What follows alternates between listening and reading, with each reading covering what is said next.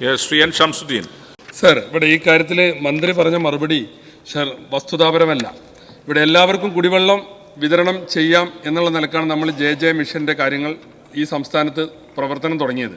Sir, കിലോമീറ്ററുകളോളം പഞ്ചായത്ത് റോഡുകളും മറ്റും കീറി പൈപ്പിട്ടു എന്നല്ലാതെ വർഷങ്ങൾ കഴിഞ്ഞിട്ടും ആ പൈപ്പിലൂടെ നമുക്ക് ജലവിതരണത്തിന് സാധിക്കുന്നില്ല. ഇത് ഞങ്ങളുടെ മാത്രം പരാതിയല്ല, ഇവിടെ അപ്പുറത്തിരിക്കുന്നവർക്ക് അഭിപ്രായം എല്ലായിടത്തും ജലവിതരണം തുടങ്ങിയെന്ന്. അപ്പോൾ സർ, അങ്ങ് പറഞ്ഞ കണക്ക് ശരിയല്ല. ഈ പദ്ധതികൾ പൂർത്തീകരിക്കുന്നതിനുള്ള തടസ്സം ഇവിടെ സൂചിപ്പിച്ചതുപോലെ തന്നെ സംസ്ഥാന വിഹിതം, സംസ്ഥാനത്തിൻ്റെ മാച്ചിങ് ഗ്രാന്റ് നൽകാത്തതാണ്. അത് നൽകി സംസ്ഥാനത്തുടനീളം ജൽജീവൻ മിഷനിലൂടെ കുടിവെള്ളം കൊടുക്കുന്ന പദ്ധതി എന്നേക്ക് പൂർത്തിയാകുമെന്ന് സർക്കാരിന് പറയാൻ കഴിയും. അല്ല സാർ, അങ്ങം പറഞ്ഞ കണക്കുകൾ നമുക്ക് പരസ്യമായിട്ട് പരിശോധിക്കാവുന്നതാണല്ലോ.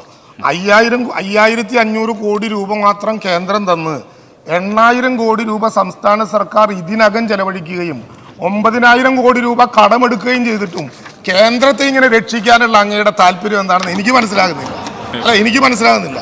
സാർ, ഇത് കണക്കല്ലേ സാർ? നമ്മള് കണക്ഷൻ നേരിട്ട് കൊടുത്ത സാർ ഇത് കണക്കല്ലേ?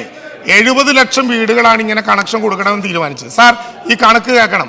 അതിൽ 17.5 ലക്ഷം കണക്ഷൻ മാത്രമേ ജെ മുമ്പ് നേരിട്ടുള്ളൂ. ബാക്കി ജെ വന്നതിന് ശേഷം വെള്ളം കൊടുക്കാൻ പറ്റുന്ന 21 ലക്ഷം കണക്ഷൻ കൊടുത്തിട്ടുണ്ട്. 8 ലക്ഷം കണക്ഷൻ കൂടി കൊടുത്തു വെച്ചിട്ടുണ്ട്. പക്ഷെ അവിടെ വെള്ളം കൊടുക്കാൻ പറ്റാത്തതുകൊണ്ട് അതിൻ്റെ പ്ലാന്റ് തയ്യാറായി വരികയാണ്. ബഹുമാനപ്പെട്ട അംഗം ഏത് കണക്കെടുത്ത് പരിശോധിച്ചാലും കേന്ദ്രത്തെക്കാൾ കൂടുതൽ, അദ്ദേഹം ഞങ്ങളെ കുറ്റപ്പെടുത്തുകൊണ്ട് വിരോധമില്ല, പക്ഷേ കേരളത്തിൻ്റെ മാച്ചിങ് ഗ്രാന്റ് വെക്കാത്തതുകൊണ്ടാണെന്ന് പറയുന്നത് വസ്തുതാവിരുദ്ധമാണ്. കേരളം ഇപ്പം കടമെടുത്ത പണം കൂടി വെച്ചുകൊണ്ട് ഈ പ്രശ്നം പരിഹരിക്കുകയാണ്. പ്രശ്നമില്ലാതെ ഞങ്ങൾ പറയുന്നില്ല, പരിഹരിക്കുകയാണ്. സാർ, ഇവിടെ ചോദിച്ചൊരു ചോദ്യം കൂടിയുണ്ട്. 2024 മാർച്ചിൽ ഇത് തീരുമാനിക്കാൻ കേന്ദ്രം പറഞ്ഞ പദ്ധതിയാണ്. 2025 മാർച്ചിലേക്ക് അവർ തന്നെ എക്സ്റ്റെൻഡ് ചെയ്തു.